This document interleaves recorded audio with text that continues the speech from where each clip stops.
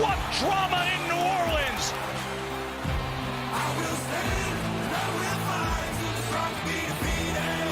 And he put the cape on his back and become a hero here for these fans.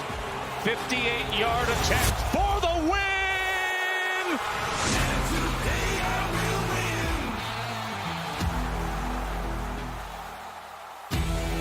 Oh, well, hello there. Thank you so much for hanging with us on this Tuesday morning. Hope you all enjoyed the Monday Night Football doubleheader action. He is Max Kellerman to my left, looking dapper as usual. Good to see you. Thank you, Molly. You as well. Thank you. Stephen A. on the road. Good morning, sir.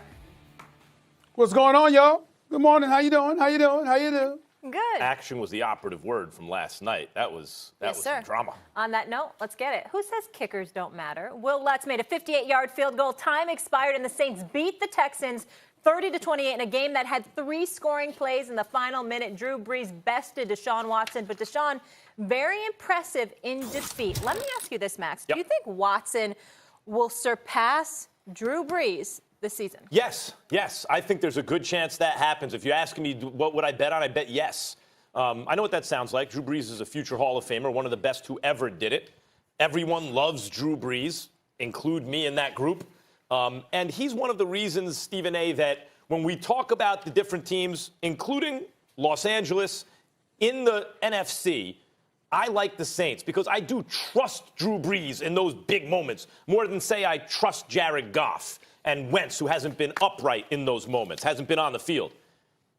But I got to say, if you look at Deshaun Watson, I'm not talking about how their teams will fare. The Saints are a better team than the Texans, I believe. But if you just isolate quarterback play and ask, who would you want, do you think, by the end of this season on your team?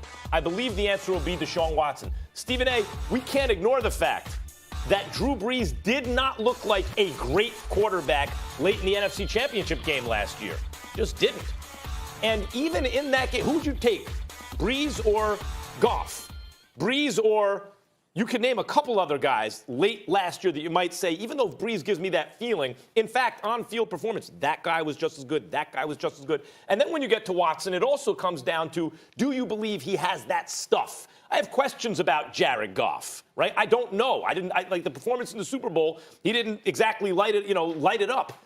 But Deshaun Watson, I picked Clemson to beat Alabama because he was on the team. And he's shown a lot of that same stuff. I know he didn't have a great game against the Colts last year in their playoff game. But he's shown a lot of that stuff throughout his career, amateur and pro, in college and in the NFL. And then it comes down to last night's performance, all the sacks, all that kind of stuff. Offensive lines take a minute to come together. Deshaun Watson was on the run last year, literally. He was getting slaughtered back there, right? Like, that's just what was happening. He was sacked 6 times last night. I understand. That's what I just brought that up. But he wound up with 11 wins. They started doing some things. He wound up with 11 wins. And this is an improved on-paper offensive line. Tunsil is a stud. We know that. He's a baller, Stephen A., but especially with line play. It doesn't come together week 1. I believe by week 5 or 6, this line comes together. I believe Deshaun Watson will lead his team to the playoffs, and I believe once there, he is a quarterback you are going to want on your team. I'm going to say yes to this question. Well, see, thank God that you finally answered the damn question because you was going all over the place. I was confused about where you were going. You brought up Jared Goff. You brought up another quarterback. You brought up Deshaun Watson's Why are you worried years about what at I'm bringing Clemson. up? Make your argument. The question was, you zip it. I listened to you. The fact of the matter is, the question was, at the end of this season, will Deshaun Watson eclipse Drew Brees? We didn't ask you about what you want. We asked you about whether or not Deshaun Watson was going to eclipse. I started my answer with Drew yes, Brees. and I ended it with yes. And in the middle was the explanation. I mean, my goodness, you're all over the damn place. I don't understand what you're saying. Here's the deal. Hell no, he ain't going to eclipse Drew Brees, all right? And as far as I'm concerned, last night was evidence of that. You saw Deshaun Watson come back in the fourth quarter. I saw him ball the way that he did. I saw him complete 66% of his passes. I also saw Drew Brees complete 74% of his passes. I saw Drew Brees in the clutch, needing 35 yards to put Lutz in field goal range, get exactly 35 yards on 3 receptions. Just finding a way to deliver the goods, even at age 40. We keep talking about Tom Brady and that cliff you swore Tom Brady was on. How'd that work out for you? But there's another individual that's ignoring that clip to some degree as well. And his name would happen to be Drew Brees, who's religiously throwing for over 4,800 yards per season, who continues to showcase his greatness on a weekly basis, season after season after season. When I look at Deshaun Watson, I'm looking at a 24-year-old stud who manages to find a way to win games. I have no doubt that the future is incredibly bright for him, and he's something special.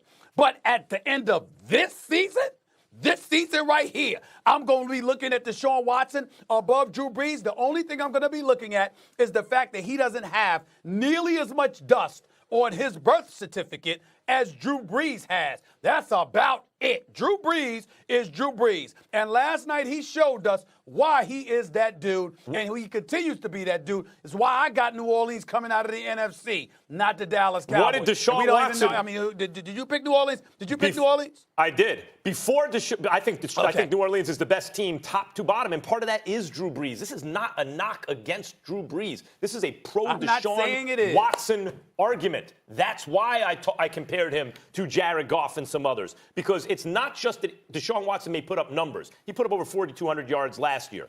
He marvels at Drew Brees' consistency, right? Every year, 5,000 yards. But at the end of last season, even look at the NFC Championship game, the feeling we all have about Drew Brees was not demonstrated on the field late. And what did many of us say? Stephen, I believe you said this too.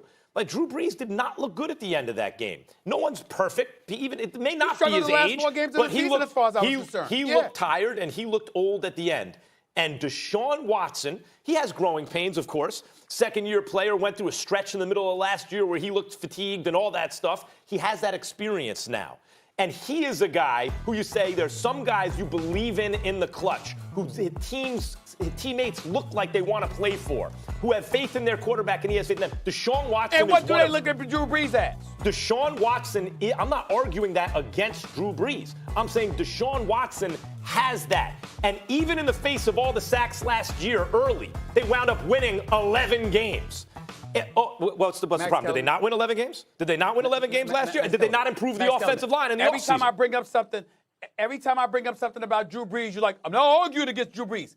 Yeah. But we are. Because the question is, will Deshaun Watson eclipse Drew Brees? That's the question. I'm telling you, the answer is no. And by the way, Deshaun Watson's 24 years of age. Who was the guy being medically treated throughout yesterday's game? Who was that dude? Who was the dude who got sacked 6 times? I saw Drew Brees looking just fine. Who's the guy who got sacked 6 times?